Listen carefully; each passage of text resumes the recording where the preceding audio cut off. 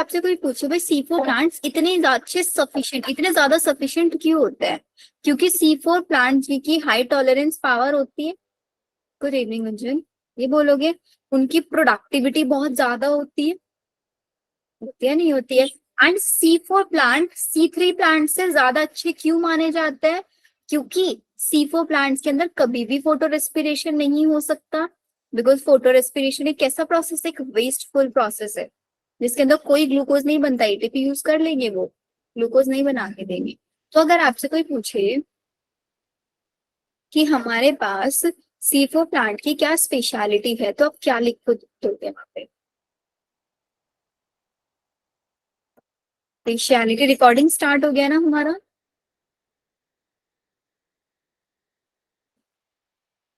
C4 plants का क्या speciality है? C4 प्लांट्स का स्पेशलिटी है they can tolerate CO2 stress. CO2 stress का मतलब क्या होता है कि भाई CO2 की कंडीशन, CO2 का जो अमाउंट है वो कितना भी कम हो जाए, उस केस में भी ये कभी भी ऑक्सीजनेज की तरह वर्क नहीं करेंगे ना। क्यों ये CO2 स्ट्रेस को भी झेल सकता है? बिकॉज इनके पास एक एंजाइम होता है पेप्केज, जो कम से कम CO2 कॉन्सेंट्रेशन में भी CO2 की बाइंडिंग करा सकता है।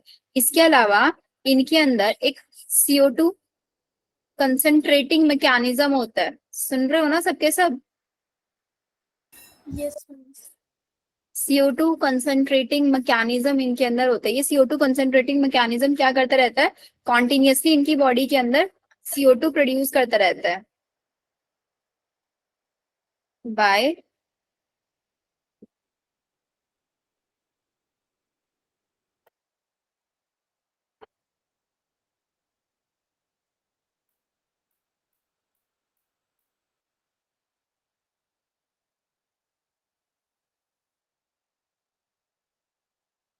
क्योंकि आपने एक चीज देखा, डिकार्बोक्सिलेशन स्टेप यहीं पे हो रहा है।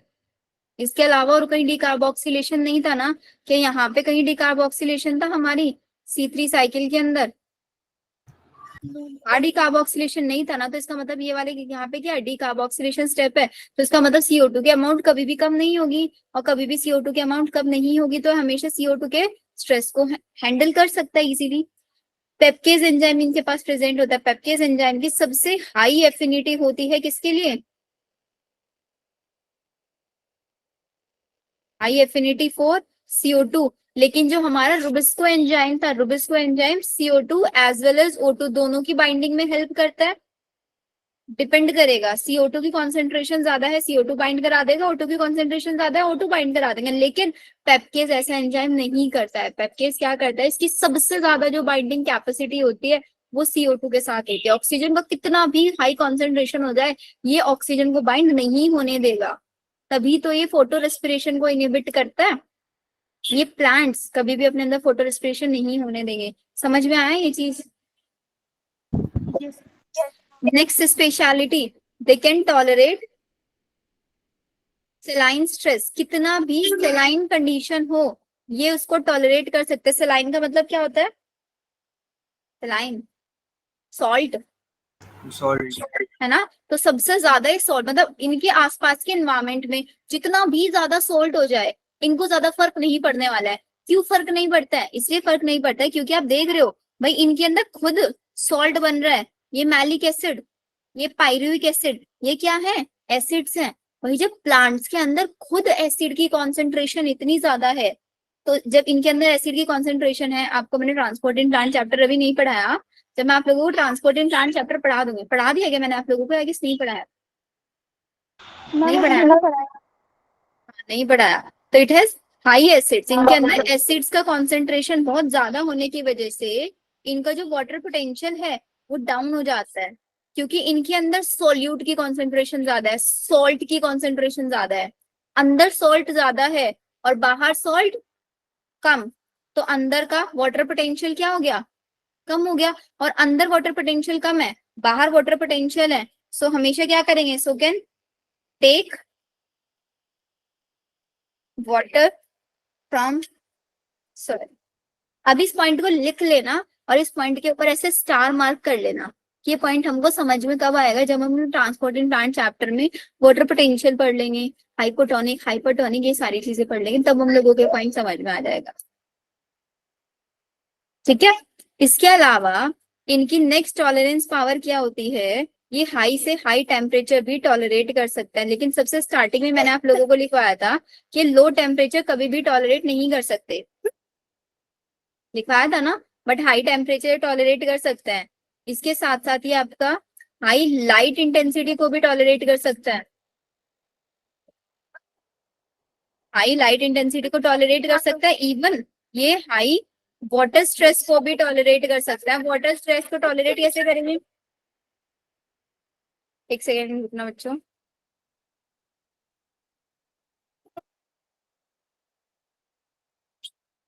Just a second, hold on.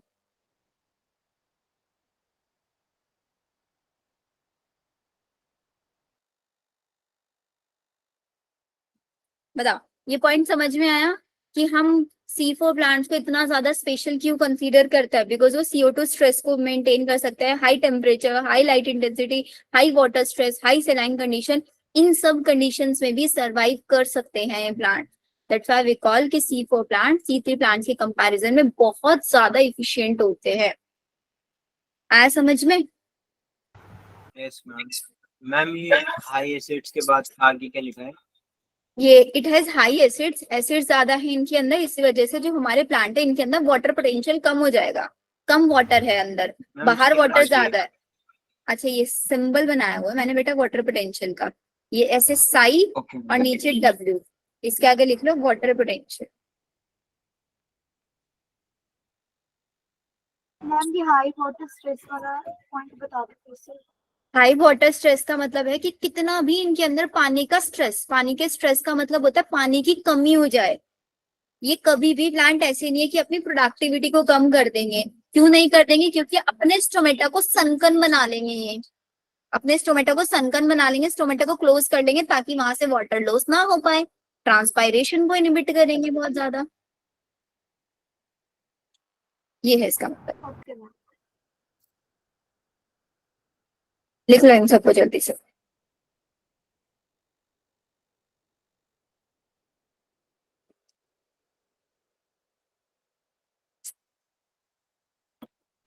Ma'am microbes वाली की क्लास नहीं ली आपने पूरी?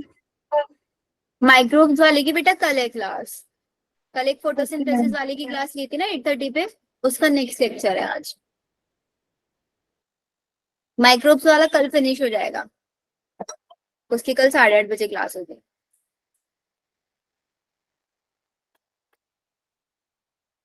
भी ड्रॉपर बच्चे है ना आप लोगों का, पूरा प्लानर वगैरह रेडी है, फिजिक्स केमिस्ट्री बायो तीनों सब्जेक्ट्स का। आप लोगों की क्लासेस मंडे से स्टार्ट हो रही हैं।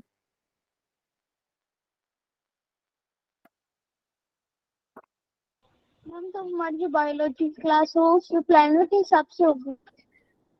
बेटा बायो की क्लास ना मैं अपने अकॉर्डिंग रखूंगी, क्योंकि बिकॉज देखो मैंने आप लोगों को काफी सारे चैप्टर्स तो करा भी दिया है, लेकिन प्लानर में अभी मैंने सारे चैप्टर्स डाला है, तो प्लानर में जब वो वाला चैप्टर आया करेगा तब हम लोग रिवीजन क्लासेस रख लिया करेंगे। Okay ma'am.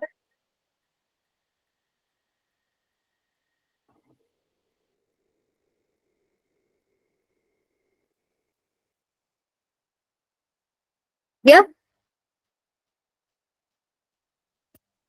Yes ma'am. अब देखो, अब हम एक टर्म अब तक पढ़ रहे हैं फोटो रेस्पिरेशन, अब ये फोटो रेस्पिरेशन ही समझ लेते हैं एग्जैक्टली। अब तक हमें एक चीज तो समझ में आ गई कि जब भी हमारा रुबिस्को एंजाइम कैसे वर्क करेगा, ऑक्सीजनेज की तरह वर्क करेगा, तब हमारा फोटो रेस्पिरेशन होगा, यही था ना। फोटो रेस्पिरेशन को ही हम C2 साइकिल भी बोल देते हैं।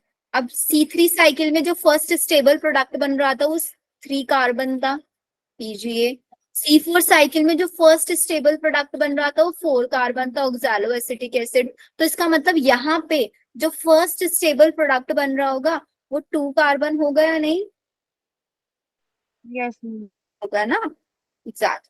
और हमेशा हम इसको वेस्टफुल प्रोसेस क्यों कंसीडर करते हैं? बिकॉज हमारे उन सारे स्टेप्स में ग्लूकोज मेरे को बन के मिल रहा था, लेकिन यहाँ पे कोई ग्लूकोज का फॉर्मेशन नहीं होता। इसलिए हम इसको एक वेस्टफुल प्रोसेस कंसीडर करते हैं। ठीक है, और जितना हमारा इसके अंदर कार्बन होता है, loss of fixed carbon in the form of CO2। यहाँ पे जो हमारा कार्बन है, जिससे हमारा क्या बनना चाहिए, ग्लूकोज बनना चाहिए, वो ग्लूकोज वाला कार्बन CO2 की फॉर्म में लॉस्ट हो जाता है हमारा। ये वो प्लांट्स होते हैं जो जनरली ऐसे एरिया में पाए जाते हैं जहां हाई लाइट इंटेंसिटी हो।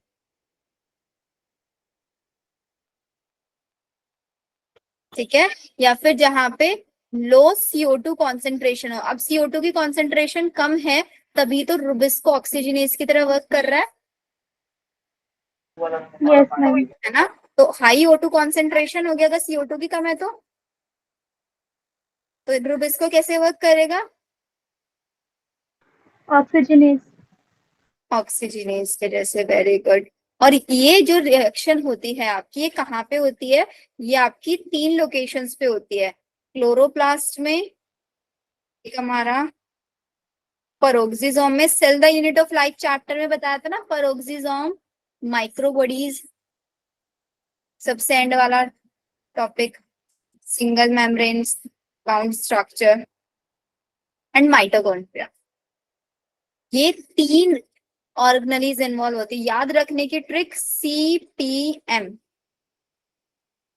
C पहले chloroplast, then P peroxisome, then M mitochondria. अब देखिए क्या होगा इस रिएक्शन के अंदर। पहले इतना लिख लो आप, फिर नेक्स्ट पेज पे रिएक्शन लिखना है।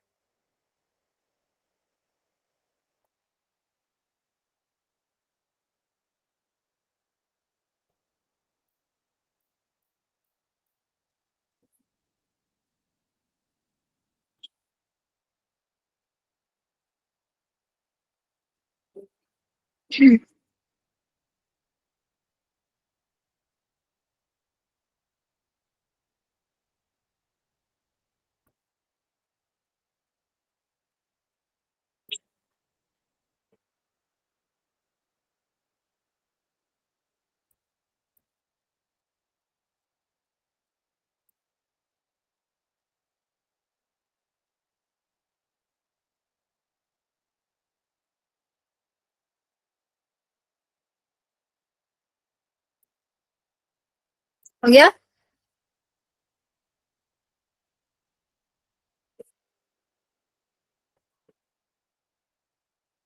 चलो रिएक्शन लिखो।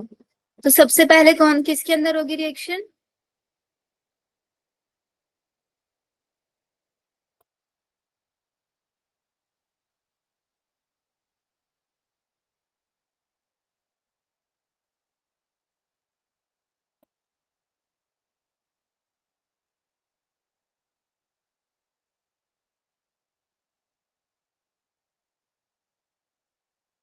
Chloroplast, peroxisome and mitochondria. Mitochondria. Yes, ma'am. सबसे पहले आपके पास होगा RUPP। RUPP is a 5 carbon compound. 5 carbon compound होगा ना, इसके साथ कौन बाइंड करेगा, ऑक्सीजन बाइंड करेगा। अब 5 कार्बन कंपाउंड के साथ जब CO2 बाइंड करता था, तब एक हमारे पास 6 कार्बन के, मतलब 3 कार्बन के 2 कंपाउंड मिलके आते थे या नहीं। अब हाँ, यहाँ हाँ। पे तो हमारे पास कोई कार्बन बाइंड नहीं कर रहा है, तो इसका मतलब यही 5 कार्बन कंपाउंड एक 2 कार्बन में और एक 3 कार्बन वाले में ब्रेक हो जाएगा। तो 2 कार्बन वाला मेरे पास बनेगा 2 phospho glycolate plus 2 phospho glycerate. अब यहाँ पे ये क्वेश्चन आता है कौन सा 2 कार्बन होता है, कौन सा 3 कार्बन होता है। तो फोस्फोग्लाइकोलेट जो है, this is a 2 carbon compound and glycerate is a 3 carbon compound. एक 2 कार्बन कंपाउंड बन रहा है और एक 3 कार्बन कंपाउंड बन रहा है। पहले क्या बनते थे, 2 सेम कंपाउंड बनते थे 3 कार्बन वाले, हाँ, मैम। है ना। अब यहाँ पे क्या होगा, ये आगे जाके आपका ब्रेक हो जाएगा किसमें, 2, इसमें से एक फोस्फेट ग्रुप निकल जाएगा, एक इनऑर्गेनिक फोस्फेट ग्रुप निकल गया। फोस्फेट ग्रुप निकल गया तो एक सिर्फ ग्लाइकोलेट बच गया ना। सिर्फ ये हमारे पास बन गया है ग्लाइकोलेट। ये ग्लाइकोलेट क्लोरोप्लास्ट से निकल के पेरोक्सिसोम में आएगा और कन्वर्ट हो जाएगा ग्लाइओक्सिलेट में। देन ये ग्लाइओक्सिलेट कन्वर्ट हो जाएगा आपका ग्लाइसिन में। कितने कार्बन कंपाउंड होगा ग्लाइसिन? 2 कार्बन कंपाउंड से बना रहे हैं, तो ये सब 2 कार्बन होंगे या नहीं? देन ये हाँ ग्लाइसिन मैम। पेरोक्सिसोम से ट्रांसफर होके माइटोकॉन्ड्रिया में। This is 2 carbon. अब इस 2 कार्बन कंपाउंड में से एक CO2 रिलीज हो गया, CO2 बाहर निकल गया। अब कितने कार्बन कंपाउंड बनेगा यहाँ?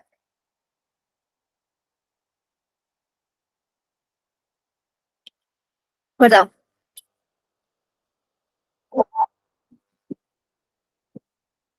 अब यहाँ पे बनेगा हमारे पास सेरीन।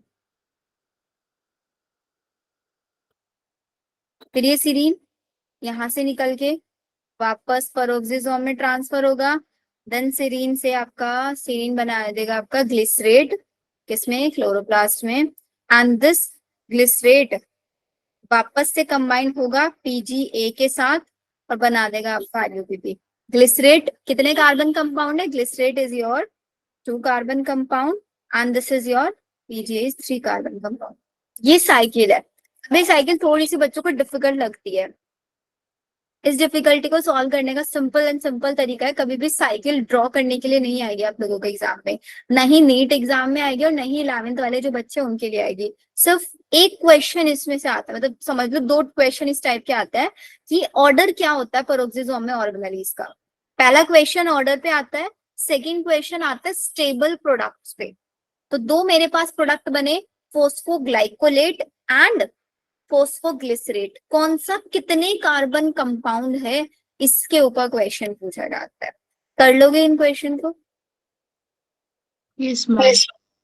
बना लो साइकिल को जल्दी। पूरी ये मत सोचना पूरी साइकिल ड्रॉ करनी है, मतलब ड्रॉ करनी है, याद नहीं करनी है लेकिन किसी को भी कि मैम ग्लाइसिन से सेरीन कैसे बना, सीरीन से ग्लिसरेट कैसे बन गया। कुछ इसके पीछे इतना ज्यादा आप लोगों को माइंड नहीं लगाना है।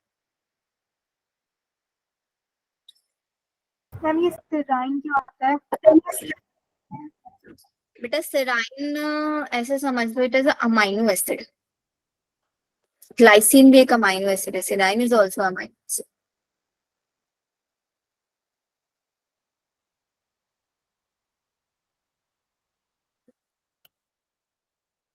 To carbon compound, 3 carbon compound, ये याद रख।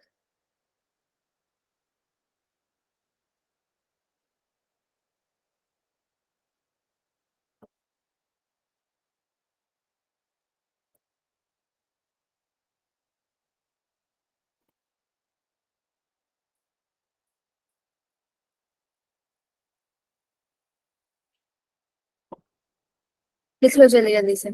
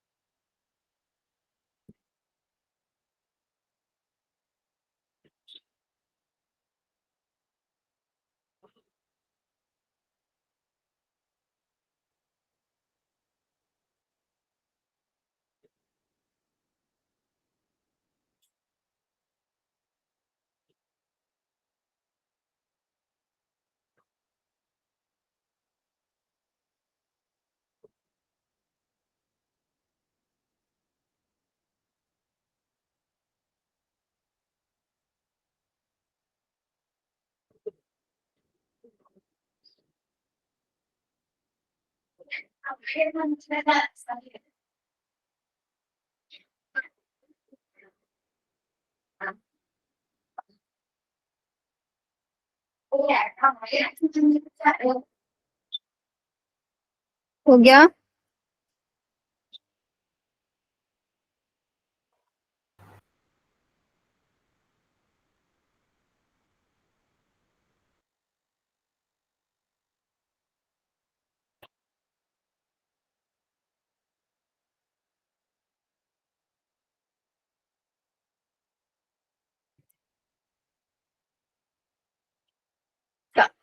तो हम लोगों ने 3 साइकिल्स पढ़ लिया, C3 cycle, C4 cycle and C2 cycle.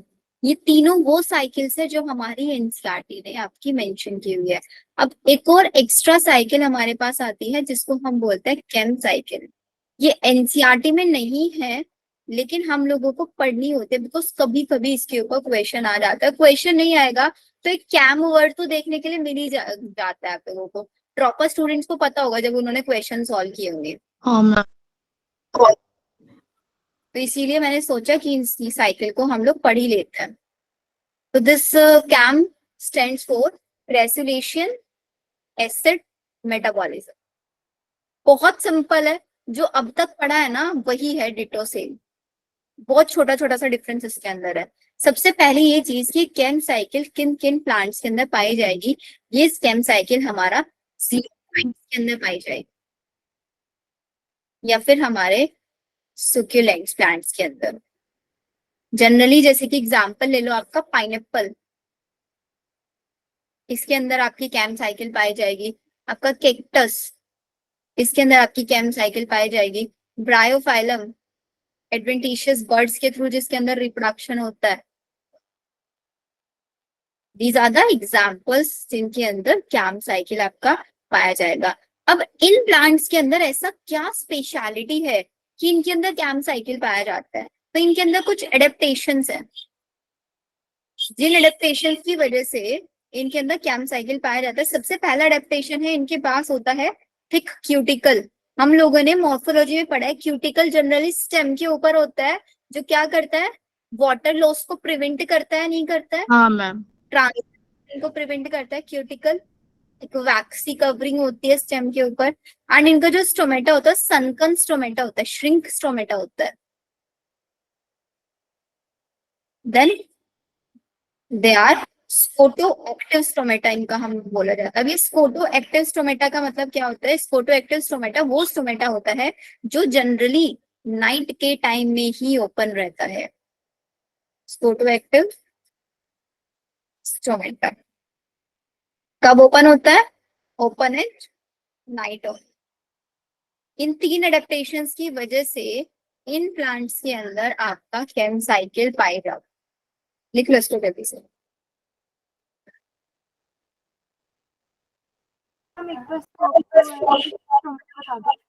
Photo active stomata वो स्टोमेटा होते हैं जो सिर्फ रात के टाइम में ओपन होते हैं, दिन के टाइम में क्लोज रहते हैं। अब इसके पीछे का मैकेनिज्म हमें समझना है कि क्यों रात के टाइम में ओपन होता है।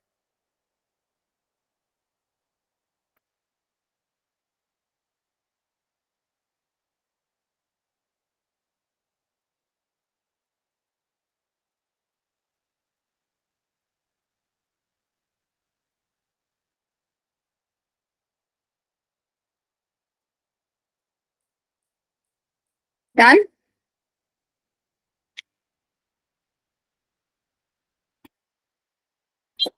यस लक्ष्य, आइए। कोई डाउट है? अब दोनों मैकेनिज्म देखो, सिर्फ समझ लेना है इसको। अगर बोर्ड एग्जाम के लिए पढ़ोगे तो मत पढ़ना इस साइकिल को, और नीट एग्जाम के लिए भी बस एक बार देख लेना।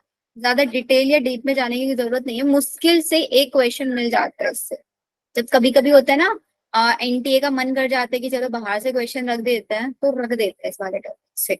नाइट के अंदर मैंने आपको क्या बताया स्टोमेटा?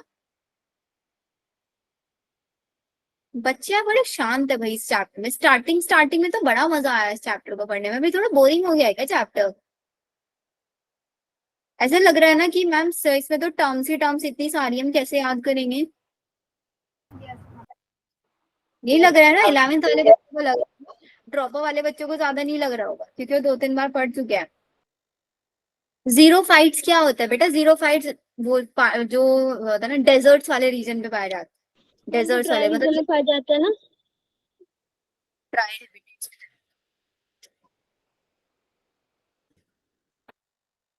इन टर्म्स की टेंशन मत लो, बहुत टाइम है अभी। अभी चैप्टर को फिनिश कर लेंगे, इसका बार बार रिवीजन हम चैप्टर्स का करते रहेंगे, याद हो जाएगा। जब हम लोग पहले मॉर्फोलॉजी एनाटॉमी, याद है आप लोगों को जब हम लोगों ने प्लांट किंगडम चैप्टर पढ़ना शुरू किया था, तब भी हम लोगों को कितनी डिफिकल्टी आई थी, मैम कैसे याद हो गई ये सारी चीजें।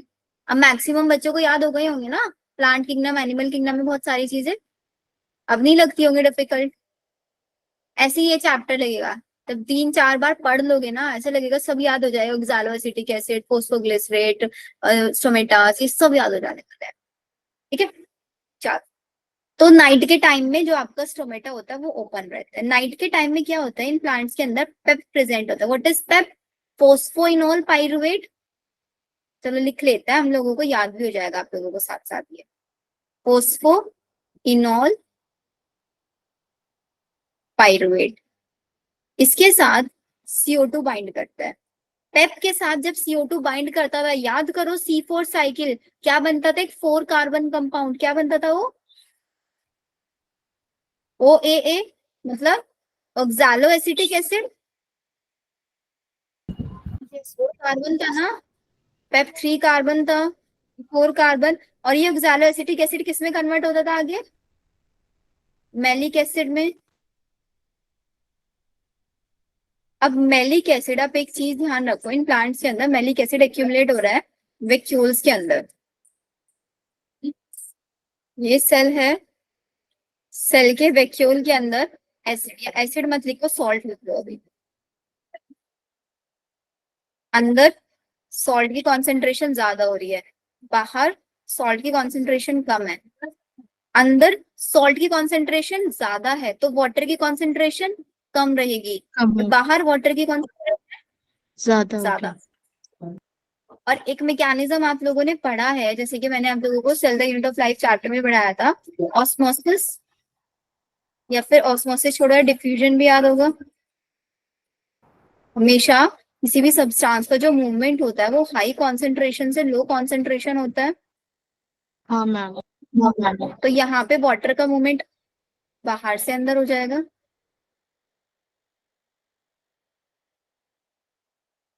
होगा या नहीं? क्योंकि बाहर वाटर की कॉन्सेंट्रेशन ज्यादा है, अंदर वाटर की कॉन्सेंट्रेशन कम है। स्टोमेटा के, हमारे जो प्लांट के सेल्स हैं, प्लांट के सेल्स के वैक्यूल के अंदर आके वाटर फिलअप हो गया, वाटर फिलअप हो गया तो स्टोमेटा स्वेलअप हो गए।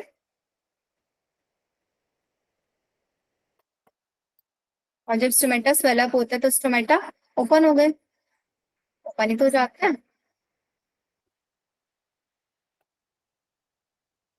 समझ में? मैलिक एसिड एक्यूमुलेट हुआ जिसकी वजह से वैक्यूल के अंदर सॉल्ट की कॉन्सेंट्रेशन बढ़ी, वाटर की कॉन्सेंट्रेशन कम हो गई, बाहर वाटर की कॉन्सेंट्रेशन ज्यादा था, वाटर का मूवमेंट हुआ, स्टोमेटा स्वेलअप, और मतलब गार्ड सेल स्वेलअप हुए जिसकी वजह से स्टोमेटा ओपन हो गया। ठीक है, सेम।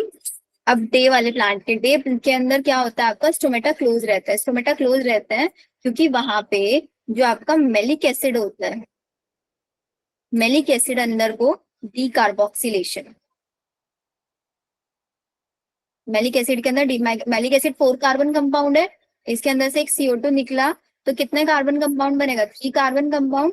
3 कार्बन कंपाउंड कौन सा बनता है आपका? पायरुवेट। पायरुविक एसिड बन जाता है, और यही पायरुविक एसिड आगे कन्वर्ट हो जाता है किसके अंदर? पेप के अंदर। पेप क्या है? पेप कोई एसिड तो नहीं है, अब वैक्यूल के अंदर कोई एसिड नहीं बन रहा है। अब एसिड नहीं बन रहा है मतलब सॉल्ट की कॉन्सेंट्रेशन अंदर ज्यादा नहीं है। यहाँ पे क्या है, सॉल्ट की कॉन्सेंट्रेशन अंदर कम हो गई है, तो वाटर की कॉन्सेंट्रेशन अंदर ज्यादा हो जाएगी एज कंपेयर टू वाटर बाहर कम। तो वाटर गार्ड सेल से बाहर निकलेगा तो स्टोमेटा के जो गार्ड सेल्स है श्रिंक हो जाएंगे, गार्ड सेल श्रिंक हुए तो स्टोमेटा क्लोज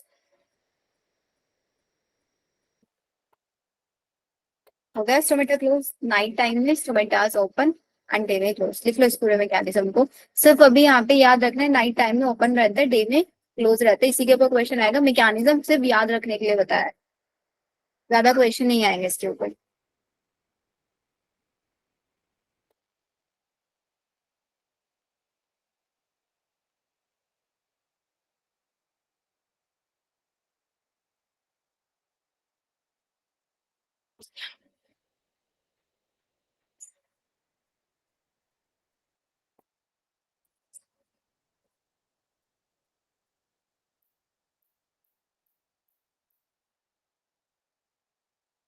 मैम बस खत्म ही है। टॉपिक खत्म, चैप्टर नहीं।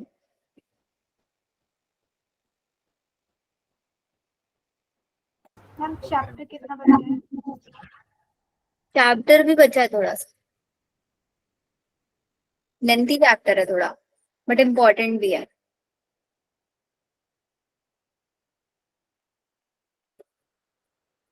एंड में आगे थोड़ा सा बोरिंग हो जाता है, एग्री। स्टार्टिंग में तो एक्सपेरिमेंट्स पढ़ते रहते हैं, मजा आता है। अभी ये वाला चैप्टर, इसके बाद रेस्पिरेशन इन प्लांट वाला चैप्टर बोरिंग लगेंगे, आई एग्री।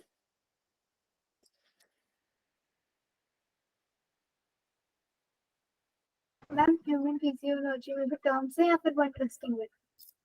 उसमें प्रोसेस है, यहाँ पे टर्म्स, उसमें प्रोसेसिंग है। उसमें मजा भी आएगा, क्योंकि वहां पे ना हम लोग अपनी बॉडी के बारे में पढ़ते हैं, अपनी फिजियोलॉजी के बारे में पढ़ते हैं, तो इंटरेस्ट आता है। यहाँ पे सोचते हैं कि यार हम लोग को तो मेडिकल लाइन में जाना है, हम क्यों पढ़ रहे हैं प्लांट्स के बारे में, हमें क्या करना है जान के प्लांट्स के अंदर कैसे वाटर ट्रांसपोर्ट हो रहा है, कैसे वो फूड बना रहे हैं, कैसे ऑक्सीडाइज कर रहा है, स्टोमेटा क्या है क्या नहीं है। पढ़ेंगे कभी हम? एमबीबीएस कर लो, बीडीएस कर लो, बीएससी नर्सिंग कर लो, कोई भी कोर्स कर लेना, नहीं पढ़ाएंगे कभी भी प्लांट्स के बारे में। ये बॉटनी सिर्फ और सिर्फ नीट एग्जाम को डिफिकल्ट बनाने के लिए रखी गई है, अनलेस इसका कोई यूज नहीं है। तो बॉटनी सिर्फ इतनी पढ़ो जितना एग्जाम क्लियर करा दे, उससे ज्यादा मत पढ़ो। अगर आप लोगों को बॉटनी के फील्ड में ही जाना है, एग्रीकल्चर वगैरह में जाना है, तो पढ़ो अच्छे से। अनलेस सिर्फ पॉइंट टू पॉइंट पढ़ो, क्वेश्चन बेस्ड पढ़ो, सफिशिएंट।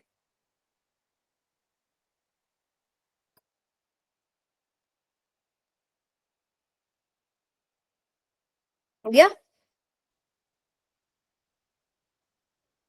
चलो फिर नेक्स्ट पॉइंट लिखो, CO2 कंपनसेशन पॉइंट।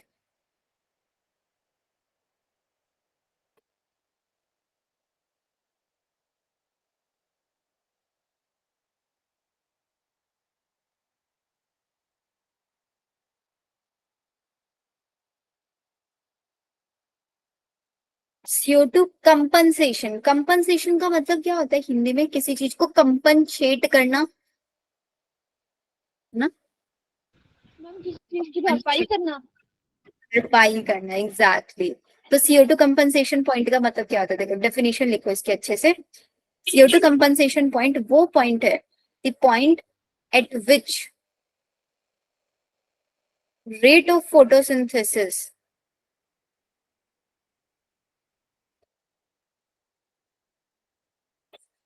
किसके इक्वल हो जाए?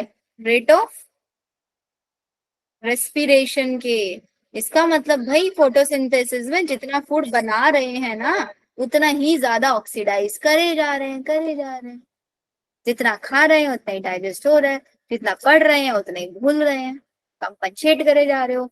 जितना मैं आपको सिखा रही हूँ उतना ही आप मेरे को सिखा रहे हो, कंपनसेट कर रहे हैं, हुआ ना?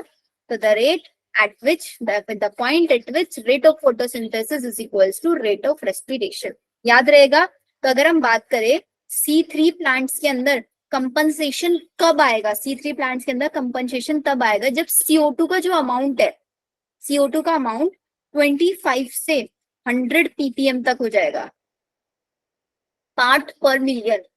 C4 प्लांट के लिए कंपनसेशन पॉइंट तब आएगा जब 0 से 10 ppm होगा अमाउंट। कैम प्लांट्स के लिए C4 कंपनसेशन पॉइंट आएगा 0 से 5 ppm तक। दिस इज इंपॉर्टेंट, डायरेक्ट एक क्वेश्चन आ जाता है यहाँ पे। ppm मीन्स पार्ट पर मिलियन। Any doubt? हमें किस चीज का अमाउंट है? ये अमाउंट है CO2 का, कि C3 प्लांट के लिए, मतलब C3 प्लांट जितना फोटोसिंथेसिस करेंगे उतना ही रेट रेस्पिरेशन को हो जाएगा, और तब होगा जब C3 प्लांट को जो CO2 मिल रहा है वो 25 से 100 ppm के बीच में ले। CO2 का अमाउंट है ये। Okay ma'am.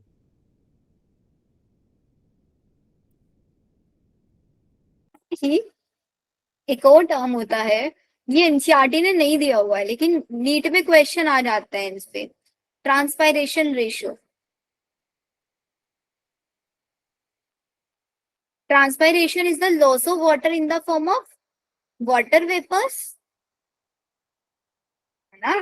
तो ट्रांसपायरेशन, अगर मेरे को रेशियो निकालना है तो रेशियो आप निकालोगे कि कितना अमाउंट ऑफ वाटर लॉस हुआ, amount of water loss divided by amount of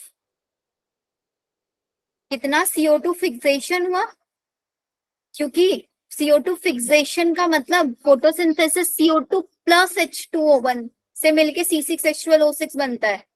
और जितना हम लोग CO2 फिक्स कराएंगे, CO2 फिक्स करने से पहले मेरे को लाइट रिएक्शन में वाटर स्प्लिट कराना पड़ेगा, है ना। तो CO2 फिक्सेशन में हम लोगों को H2O भी चाहिएगा, जितना CO2 चाहिए उतना ही हम लोगों को H2O चाहिए।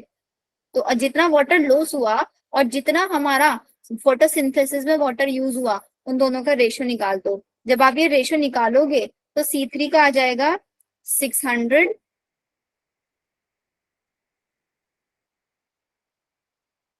C4 प्लांट्स का आ जाएगा 300 और कैम प्लांट्स का आ जाएगा 50।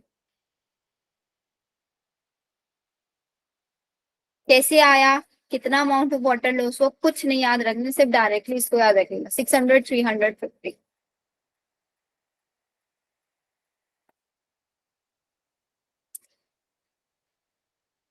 मैम एक बार फिर से बता दो किस चीज का अमाउंट है। ये अमाउंट है बेटा आपका कि कितना, मतलब रेशियो है, ये C3 का 600 रेशियो है कि कितना वाटर लॉस हुआ ट्रांसपायरेशन में डिवाइडेड बाय फोटोसिंथेसिस में कितना वाटर हमने यूज कर लिया। साक्षी मिश्रा, इतना लेट क्लास ज्वाइन किया, 43 मिनट्स बाद ये बीच में लीव हो गया था। लिख लिया सबने। अब बस इस चैप्टर में एक छोटा सा टॉपिक रह जाता है, मतलब छोटा सा नहीं है, थोड़ा सा समझने वाला है, factors affecting rate of photosynthesis. हमने फोटोसिंथेसिस पढ़ लिया पूरा डिटेल में। देखो अब तक हम क्या समझते थे, फोटोसिंथेसिस की बेसिक इक्वेशन समझते थे, CO2 प्लस H2O से बन रहा है C6H12O6 प्लस ऑक्सीजन। अब तक ये पढ़ के आए थे ना हम लोग 10th क्लास में, 9th क्लास में, इवन 7th 8th क्लास में भी इक्वेशन आ जाती है। अब एग्जैक्टली समझ में आया कि भाई वो H2O से O2 बनाने में कितनी मेहनत लगती है, वो CO2 से C6H12O6 बनाने में कितनी साइकिल्स रन करानी पड़ती हैं, कितना ATP हमको लेना पड़ता है। तो जैसे जैसे हम हायर क्लासेस में चलते जाते हैं हमारा टॉपिक सेम रहता है, सिर्फ उनका स्टैंडर्ड बढ़ जाता है, डिटेल्स बढ़ जाता है। अगर आप लोग बॉटनी के फील्ड में ही जाओगे तो तब आप लोग इन सारी चीजों को डिटेल में पढ़ोगे कि C3 कंपनसेशन पॉइंट कैसे आया, इसको प्रूफ करना सिखाएंगे आप लोगों को। अगर आप बॉटनी में BSc करोगे, ट्रांसपायरेशन रेशियो ये कैसे निकला, ये सारी चीजें डिटेल में, बहुत ज्यादा डिटेल में आप पढ़ोगे। अगर आप सिर्फ जूलॉजी के अंदर BSc करोगे तो आप लोगों को पूरा ह्यूमन फिजियो और डिटेल में पढ़ने को मिलेगा। जितने भी जूलॉजी वाले चैप्टर्स हैं ये सारे बहुत डिटेल में आप पढ़ोगे। ये जो एनिमल किंगडम चैप्टर पढ़ते हो ना, BSc में आके एनिमल किंगडम की पूरी बुक हो जाती है अलग से, एक एक ऑर्गेनिज्म पे एक चैप्टर बना देते हैं। अब तो एक बुक यही है, एक एक एक फाइलम, जैसे प्लेटी हेलमिंथीज हो गया, एनिलिडे होगा, इसके ऊपर पूरे के पूरे चैप्टर। ठीक है, तो टॉपिक सेम रहता है। तो इसका मतलब 11th 12th क्लास में अगर हम लोग अच्छे से नहीं पढ़ेंगे, बेसिक सबने कवर अप नहीं करेंगे, तो 12th के बाद हम किसी भी फील्ड में चले जाए हमें डिफिकल्टी आएगी या नहीं आएगी। इसलिए 11th और 12th क्लास में हर चीज पढ़ाई जाती है आप लोगों को, ताकि आप लोग अपना इंटरेस्ट बता पाओ कि आप लोगों का इंटरेस्ट बॉटनी में है, जूलॉजी में, उस चीज को कैच कर पाओ। आपको पता चल जाए कि मुझे कौन सा टॉपिक पढ़ने में इंटरेस्ट आ रहा है, बॉटनी पढ़ने में इंटरेस्ट आ रहा है, जूलॉजी पढ़ने में इंटरेस्ट आ रहा है, फिर आप उसी फील्ड में जा सकते हो आगे, है ना। लेट सपोज आप लोग ऐसे सोचो कि आप लोगों को 10th क्लास से सिर्फ और सिर्फ बायो पढ़ाया जाता और बायो एक ही सब्जेक्ट पढ़े जा रहे, फिजिक्स केमिस्ट्री नहीं पढ़ते, तो लेट सपोज किसी स्टूडेंट का बायो में इंटरेस्ट नहीं आ रहा, बिल्कुल उसके मार्क्स नहीं आ रहे बायो में, तो क्या उसको चांस मिलता है, हो सकता है कि उसको केमिस्ट्री में अच्छे मार्क्स आ सकते थे, उसका केमिस्ट्री में इंटरेस्ट हो, लेकिन उसको अपॉर्चुनिटी नहीं मिली कभी केमिस्ट्री पढ़ने की। तो हमें इसीलिए हमेशा सारे सब्जेक्ट्स पढ़ाए जाते हैं। 9th 10th में क्यों हम लोगों को इंग्लिश, हिंदी या फालतू के कंप्यूटर वगैरह भी पढ़ाया जाता है, ताकि बच्चे का इंटरेस्ट पता किया जा सके, उसका इंटरेस्ट किस चीज में है। इतनी सारी करिकुलम एक्टिविटीज की होती है, वो इसीलिए होती है ताकि अगर बच्चा पढ़ाई में नहीं, नॉर्मल आपकी किसी भी करिकुलम एक्टिविटी के अंदर इंटरेस्टेड है, उसके अंदर उसका इंटरेस्ट है, उसका टैलेंट उसी चीज में है, तो टैलेंट बाहर आ पाए।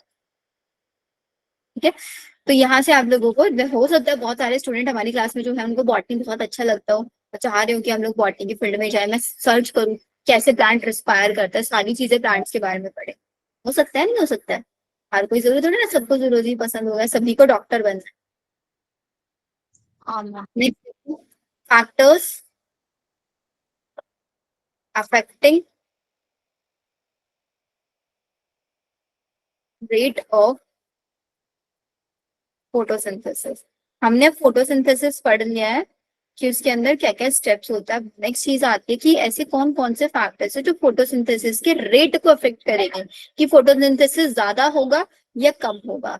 अब मेरे पास दो फैक्टर्स आएंगे, एक तो आएगा मेरे पास इंटरनल फैक्टर,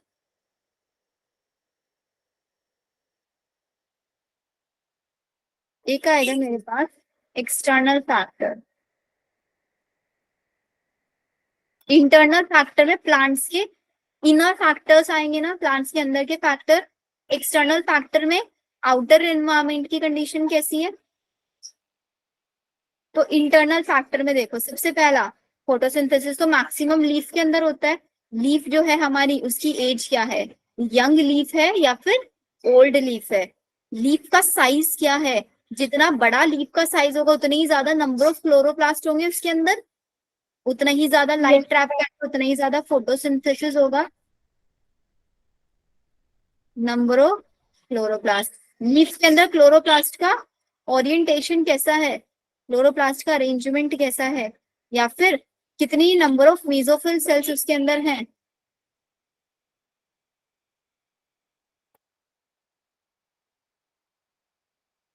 इसके अंदर क्लोरोफिल का कंटेंट कितना है।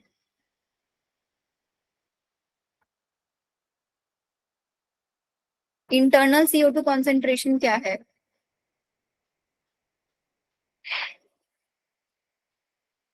ये सारी चीजें अफेक्ट करेंगी rate of photosynthesis. External CO2, बाहर एटमॉस्फेयर में CO2 की कॉन्सेंट्रेशन क्या है, बाहर से लाइट ज्यादा मिल रही है कम मिल रही है, लाइट इंटेंसिटी, टेम्परेचर कैसा है, प्लांट को वाटर में सही अमाउंट में मिल रहा है या नहीं मिल रहा है। ये सारी चीजें हमारे आ जाएंगी एक्सटर्नल फैक्टर्स के अंदर। लिख लो इसको जल्दी से।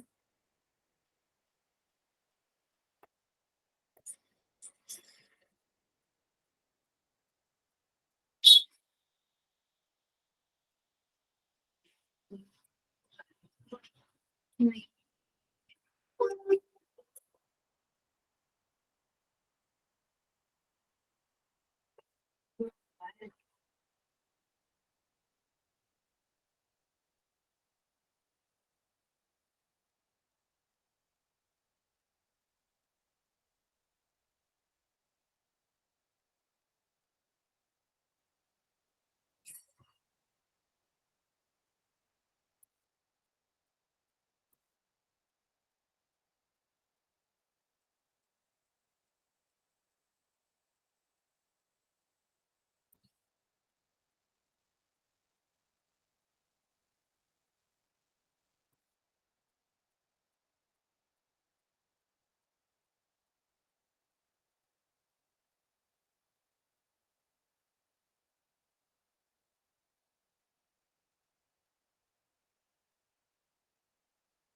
बच्चों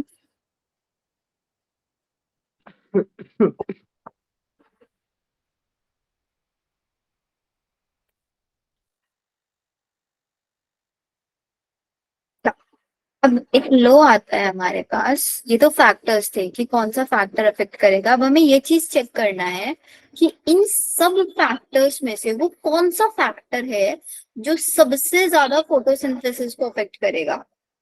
उसको पता करने के लिए एक लो बनाया गया which is known as law of limiting factor.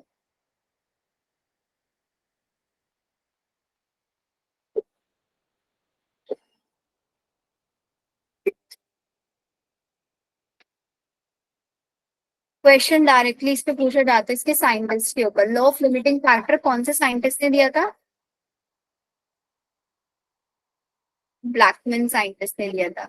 Blackman scientist ने क्या बोला था? डेफिनेशन लिखो कि एट एनी पॉइंट, किसी भी पॉइंट पर the factor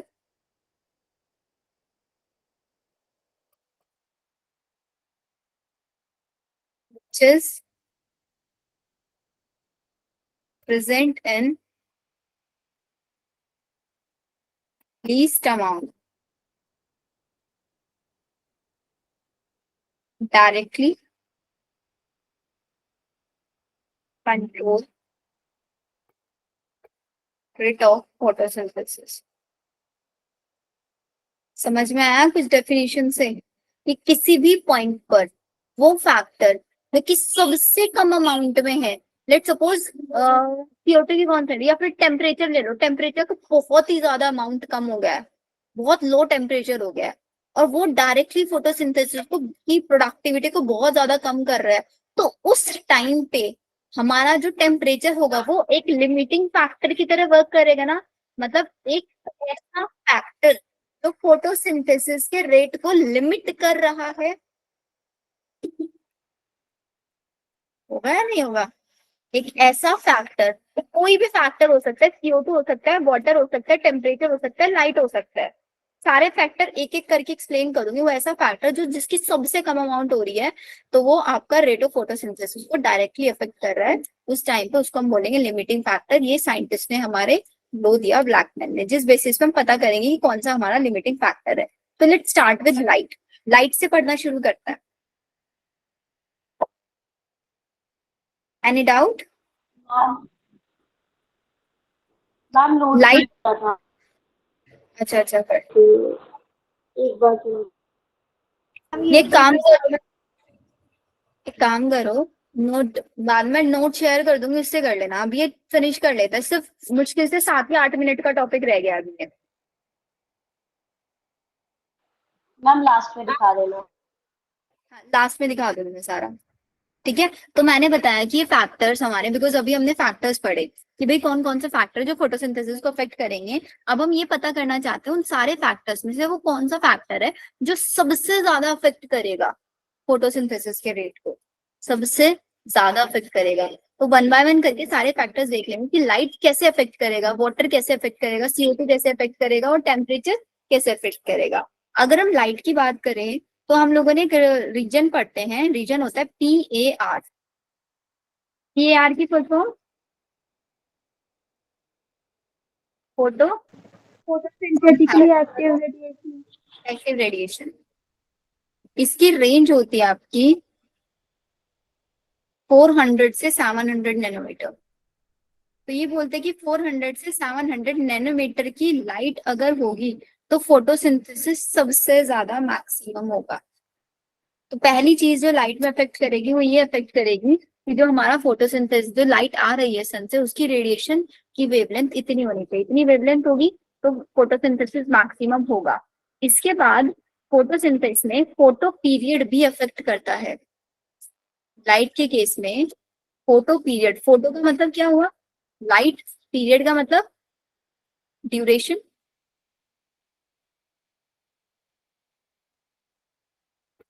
light photo period का मतलब ये है कि लाइट कितने टाइम तक प्लांट को मिल रही है, 1 आवर के लिए मिल रही है, 2 आवर के लिए मिल रही है या फिर 10 आवर्स के लिए मिल रही है। तो फोटो पीरियड हमारा कभी भी रेट ऑफ फोटो, सिर्फ फोटोसिंथेसिस के रेट को अफेक्ट नहीं करता, पूरे के पूरे प्रोसेस को अफेक्ट करता है ये। It does not affect the rate of photosynthesis, affect overall process। पूरे प्रोसेस को, पूरा प्रोसेस का मतलब ये हो गया कि लाइट ना तो फूड बनेगा, ना ही फूड का ऑक्सीडेशन होगा और ना ही ट्रांसपायरेशन प्रॉपर्ली होगा। ऑलमोस्ट सारे प्रोसेस जो भी जितने भी फोटोसिंथेसिस से लिंक है उन सबको अफेक्ट करेगा।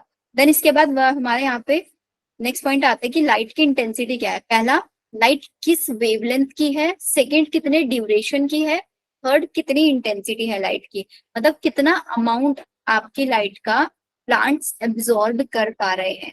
उसके लिए एक छोटा सा ग्राफ ये होता है, ये बोलते हैं कि ऐसे समझ रहे हैं इसको, एक्स एक्सिस पे मैं लिख रही हूँ लाइट इंटेंसिटी,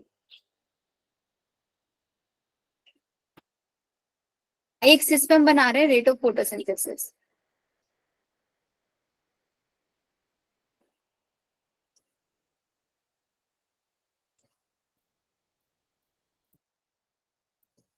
इसका ग्राफ ये आता है, देखो जीरो से स्टार्ट कर रहे हैं यहाँ पे, जैसे जैसे आप लोग लाइट की इंटेंसिटी बढ़ाते जाओगे रेट ऑफ फोटोसिंथेसिस इंक्रीज होता चला जाएगा, लेकिन एक पॉइंट ऐसा आएगा जिस पॉइंट के बाद आप कितनी भी लाइट की इंटेंसिटी बढ़ा देना, रेट ऑफ फोटोसिंथेसिस कांस्टेंट हो जाएगा।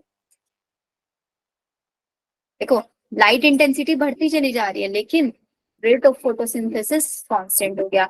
इस पॉइंट को हम बोलते हैं यहाँ पे saturation point. This point is known as saturation point. तो इसका मतलब भाई लाइट जो है आपका वो ज्यादा अफेक्ट नहीं कर रहा है ना फोटोसिंथेसिस के रेट को, क्योंकि अगर यहाँ पे लाइट की इंटेंसिटी बढ़ाते जा रहे बढ़ाते जा रहे बढ़ाते जा, फोटोसिंथेसिस का रेट भी अफेक्ट होता या फोटोसिंथेसिस का रेट डिक्रीज होता, तभी हम लाइट को एक लिमिटिंग फैक्टर मानते हैं, नहीं मानते? Yes, ma'am. Okay, we can call it light is rarely a limiting factor। हम इसको लिमिटिंग फैक्टर कंसीडर नहीं कर सकते बिकॉज यहाँ पे एक सैचुरेशन पॉइंट आ जाएगा, उसके बाद कितनी भी लाइट बढ़ा देना फोटोसिंथेसिस अफेक्ट नहीं होगा। समझ में आ गया यहाँ तक सब? Yes ma'am. नेक्स्ट आता है हमारे पास CO2।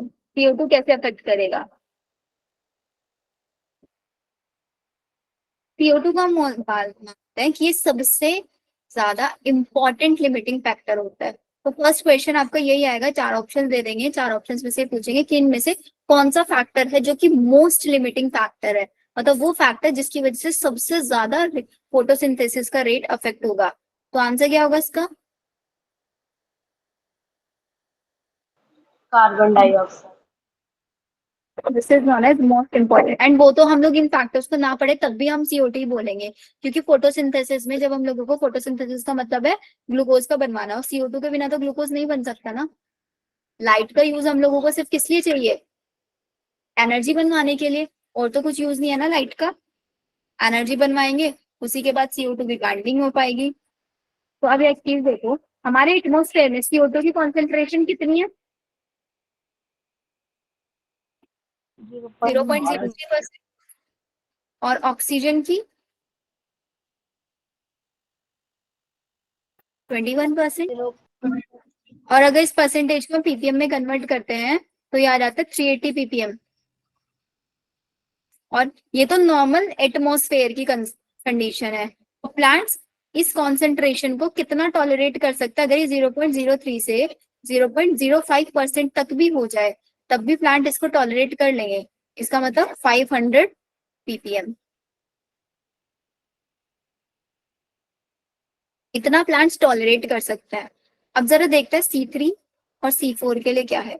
अगर आप बोले CO2 की जो कॉन्सेंट्रेशन है C3 प्लांट्स जो होते हैं वो आपका कितना है 25 से, वो याद करो CO2 कंपनसेशन पॉइंट कितना था इनका 25 से 100 ppm ना, जहां पे rate of photosynthesis rate of respiration के इक्वल हो रहा था, है या नहीं? C4 के लिए कितना था? Yes, 0 ma'am. से 10 ppm था। क्या था ये हमारा कंपनसेशन पॉइंट? मतलब ये ऐसा पॉइंट है जिसपे हमारा जो प्लांट है ना वो सबसे अच्छी फोटोसिंथेसिस दिखाएगा, कंपनसेट करेगा, जितना फोटोसिंथेसिस है उतना ही रेस्पिरेशन करता रहेगा। लेकिन हमारे जो प्लांट्स है C3 प्लांट वो आपका CO2 सैचुरेशन पॉइंट कब दिखाएंगे? 450 ppm पर। C4 प्लांट कब दिखाएंगे? 360 ppm पर। और ये क्या है हमारा CO2 सैचुरेशन पॉइंट। अब एक चीज आपको यहाँ पे समझ में आ रहा है कि भाई देखो हमारे जो C3 प्लांट है ना वो मैक्सिमम फोटोसिंथेसिस 450 ppm पे दिखा रहे हैं, 450 ppm पे।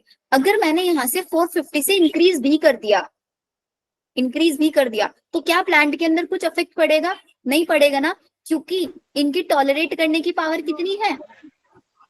500 है। 500 ppm तक ये टॉलरेट कर सकते हैं। और जबकि सेचुरेशन तो कहाँ पे दिखा देता है? 450 पे ही सेचुरेशन दिखा देता है। तो सबसे ज्यादा लिमिटिंग फैक्टर हमारा CO2 हुआ या नहीं हुआ? देखो उसको लिख लो। Yes, ma'am. So increase in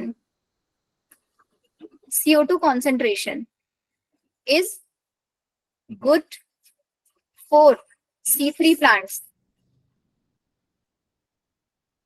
इसी इफेक्ट को हम बोलते हैं CO2 फर्टिलाइजेशन इफेक्ट।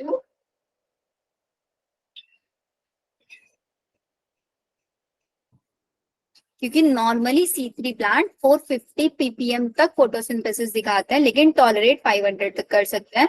तो अगर मेरे को C3 प्लांट का फोटोसिंथेसिस का रेट और इंक्रीज करना है, तो और इंक्रीज करने के लिए आप लोगों ने ग्रीन हाउस प्लांट के बारे में सुना होगा। ग्रीन हाउस प्लांट में जनरली क्या दिया जाता है? CO2 का कॉन्सेंट्रेशन ही ज्यादा बढ़ाया जाता है। तो अगर हम C3 प्लांट को एक CO2 एनरिच एनवायरमेंट में रखेंगे, तो फोटोसिंथेसिस का रेट इंक्रीज होगा या नहीं होगा? होगा। है ना, क्योंकि 450 तक ये खुद कर रहे हैं और टॉलरेंस पावर और ज्यादा है, तो ऑब्वियसली बात है हम इनको और ज्यादा CO2 एनरिच एनवायरमेंट में रखे, इनका फोटोसिंथेसिस का रेट बढ़ा लेंगे। और जनरली हम कौन कौन से प्लांट ऐसे ग्रो करा चुके हैं? Bell pepper and tomato. ये एग्जाम्पल याद रख कि हमने कौन से C3 प्लांट को CO2 एनरिच एनवायरमेंट में रख के उनका रेट ऑफ फोटोसिंथेसिस अफेक्ट किया है, रेट ऑफ फोटोसिंथेसिस इंक्रीज कराया है। टॉलरेंस पावर बहुत ज्यादा है, नॉर्मली कम पे सेचुरेशन दिखा रहे हैं, और ज्यादा CO2 कॉन्सेंट्रेशन बढ़ाओगे रेट ऑफ फोटोसिंथेसिस बढ़ता चले जाएगा। लाइट की तरह नहीं होगा कि लाइट में हम बढ़ाते चले जा रहे हैं लेकिन हमारा रेट ऑफ फोटोसिंथेसिस कांस्टेंट हो गया था, वहां पे कोई फर्क ही नहीं पड़ रहा था कितनी भी लाइट बढ़ाओ। लेकिन यहाँ पे जितना ज्यादा CO2 बढ़ाते चले जाओगे उतना ज्यादा रेट ऑफ फोटोसिंथेसिस बढ़ता चला जाएगा। तो ये था हमारा CO2। नेक्स्ट वन है हमारे पास टेम्परेचर। वो रह गया बस टेम्परेचर एंड वाटर। अब टेम्परेचर के अंदर सबसे पहली चीज बहुत इजी है टेम्परेचर वाला, तो एंजाइम्स के बारे में सुने। एंजाइम्स किससे बने होते हैं? प्रोटीन से ना। हमने लाइट रिएक्शन और डार्क रिएक्शन में से कौन सी रिएक्शन के अंदर सबसे ज्यादा एंजाइम्स यूज किए? किसके अंदर एंजाइम्स यूज हुए? डार्क रिएक्शन में। Yes, ma'am. डार्क में तो यूज थे ना, पेप्टेज, रूबिस्को, डार्क में थे। लाइट में कोई एंजाइम यूज था? सिर्फ एक एंजाइम था, वो भी NADP रिडक्टेज। तो अगर आपसे कोई पूछे टेम्परेचर अगर मैंने बहुत ज्यादा हाई कर दिया है तो सबसे ज्यादा कौन सा प्रोसेस अफेक्ट होगा? लाइट रिएक्शन या dark reaction? Dark reaction affect होगा ना, क्योंकि इसके अंदर ज्यादा एंजाइम्स यूज हुए हैं। तो dark reaction is more affected. क्यों? Because it has more enzymes. और अगर आप इनकी ऑप्टिमम टेम्परेचर की बात करो ना, कि नॉर्मल टेम्परेचर कौन से प्लांट को कितना चाहिए, तो हमारे जो C3 प्लांट है उनको बिल्कुल अच्छे से वर्क करने के लिए 25 से 25 डिग्री सेल्सियस टेम्परेचर दोगे तो आराम से वर्क कर लेंगे। C3 हमने देखा था हाई से हाई टेम्परेचर भी टॉलरेट कर सकते हैं, तो 30 से 40 भी कर सकते हैं। और कैंप प्लांट के अंदर तो अडेप्टेशन होता है, डेजर्ट्स वाले रीजन में, ड्राई रीजन में तो टेम्परेचर बहुत ज्यादा हाई होता है नहीं होता है, तो 50 से 55 डिग्री सेल्सियस पर भी वर्क कर सकते हैं। H2O पे आ जाओ आप। वाटर, क्या वाटर हमारा डायरेक्टली अफेक्ट करेगा कभी भी प्रोसेस को? डायरेक्टली कभी अफेक्ट नहीं करता है वाटर प्रोसेस को। सिर्फ और सिर्फ कब अफेक्ट करेगा ये आपका? लेट्स सपोज हमारे प्लांट के अंदर वाटर स्ट्रेस हो गया। अच्छा, स्ट्रेस का मतलब तो समझते हैं, स्ट्रेस का मतलब होता है कमी होना। वाटर स्ट्रेस हो जाएगा, जैसे ही वाटर स्ट्रेस होगा प्लांट के अंदर एक एसिड रिलीज होगा, या फिर एक हार्मोन समझ लो, एक हार्मोन रिलीज होगा जिसको हम आपका plant growth and development chapter में पढ़ेंगे, ABA, abscisic acid. This is a plant hormone या फिर फाइटो हार्मोन हम इसको बोल सकते हैं। वाटर का स्ट्रेस हो रहा है, पानी की कमी हो रही है, तो हमारे पास तो एक सिंपल सा मैकेनिज्म है कि भाई टोमेटो बंद करा दो। प्लांट के अंदर पानी की कमी हो रही है तो स्टोमेटा ही तो बंद कराएंगे ना, और पानी बहुत ज्यादा है प्लांट के अंदर, स्टोमेटा ओपन करा दो ताकि ज्यादा से ज्यादा पानी बाहर निकल पाए। तो जैसे प्लांट के अंदर वाटर स्ट्रेस होता है, ये हार्मोन रिलीज करता है एब्सिसिक एसिड ABA, ये फाइटो हार्मोन रिलीज करता है और इसका काम होता है क्लोजिंग ऑफ स्टोमेटा। अब एक चीज आप बताओ भाई, इसने वाटर का तो ध्यान रख लिया कि वाटर स्ट्रेस हो रहा था, स्टोमेटा बंद करा दो, कि भाई जब स्टोमेटा बंद हो जाएंगे CO2 अंदर कैसे आएगा? आ पाएगा CO2 अंदर? नहीं आ पाएगा ना, CO2 का अमाउंट कम हो जाएगा। तो अगर प्लांट के अंदर वाटर स्ट्रेस है, पानी की कमी है, तो रेट ऑफ फोटोसिंथेसिस कम होगा, ज्यादा होगा? कम जाएगा ना। तो अफेक्ट कर दिया भी इसने भी rate of photosynthesis, then decrease rate of photosynthesis. Ma'am ये जो एब्सिसिक एसिड है यही रिस्पॉन्सिबल है क्लोजिंग और ओपनिंग ऑफ स्टोमेटा की। क्लोजिंग ऑफ स्टोमेटा कराता है, सिर्फ क्लोजिंग कराता है, इसीलिए हम इसको एंटी ट्रांसपायरेंट भी बोलते हैं, बिकॉज ट्रांसपायरेशन को रोक रहा है ना। Yes ma'am. इसके अलावा एक और ऑप्शन होता है, जब हमारे वाटर की कमी हो रही है प्लांट के अंदर तो लीफ की विल्टिंग हो जाती है। विल्टिंग समझते हो? कर्ल हो जाना लीफ का, कर्ल हो जाएगी लीफ तो क्या हो जाएगा? सरफेस एरिया रिड्यूस हो जाएगा। Yes ma'am. Yes ma'am. अपना सरफेस एरिया रिड्यूस कर लेंगी तो क्लोरोप्लास्ट को ज्यादा से ज्यादा अमाउंट में लाइट ट्रैप नहीं कर पाएंगे ना वो, तो तब भी हमारा रेट ऑफ फोटोसिंथेसिस डिक्रीज होगा। Yes ma'am. डायरेक्टली वाटर भी अफेक्ट कर रहा है, लेकिन डायरेक्टली नहीं कर रहा है, इनडायरेक्टली कर रहा है। वाटर की कमी हुई तो उससे नहीं हो रहा है कि रेट ऑफ फोटोसिंथेसिस, वाटर की कमी से स्टोमेटा क्लोज हो रहा है, उसकी वजह से रेट ऑफ फोटोसिंथेसिस अफेक्ट हो रहा है। इसलिए हमने बोला कि जो H2O है वो डायरेक्टली रेट ऑफ फोटोसिंथेसिस को अफेक्ट नहीं करता। सबसे ज्यादा जो लिमिटिंग फैक्टर की तरह वर्क करता है वो हमारा CO2 वर्क करता है। CO2 के बाद ऑप्टिमम का मतलब होता है ऐसा पॉइंट जिसके ऊपर मैक्सिमम अपना कोई 100% अपना देता है। इतना ये नॉर्मल टेम्परेचर है कि इस टेम्परेचर पे बहुत अच्छा रेट ऑफ फोटोसिंथेसिस मिलता है, इससे कम या ज्यादा करोगे तो अफेक्ट जरूर होगा आपका फोटोसिंथेसिस। अच्छा मैम, और ये एंटी ट्रांसपायरेंट, ट्रांसपायरेशन को रोकने वाला। ABA क्लोजिंग ऑफ स्टोमेटा करा रहा है, स्टोमेटा बंद हो जाएंगे, अब स्टोमेटा बंद हो जाएंगे तो वाटर थोड़े ना लॉस हो पाएगा बाहर। वाटर लॉस होने के प्रोसेस को ट्रांसपायरेशन बोलते हैं। ट्रांसपायरेशन के अगेंस्ट वर्क कर रहा है, एंटी ट्रांसपायरेंट की तरह काम कर रहा है। Okay thank you. बाकी लोगों को समझ में आया? Yes ma'am. Yes ma'am. Yes ma'am. Chapter finish. Clapping हो जाए चैप्टर फिनिश पे। बोरिंग लगा चैप्टर या नहीं? अच्छा ये बताओ, इंटरेस्टिंग लगेगा चैप्टर ये? मैम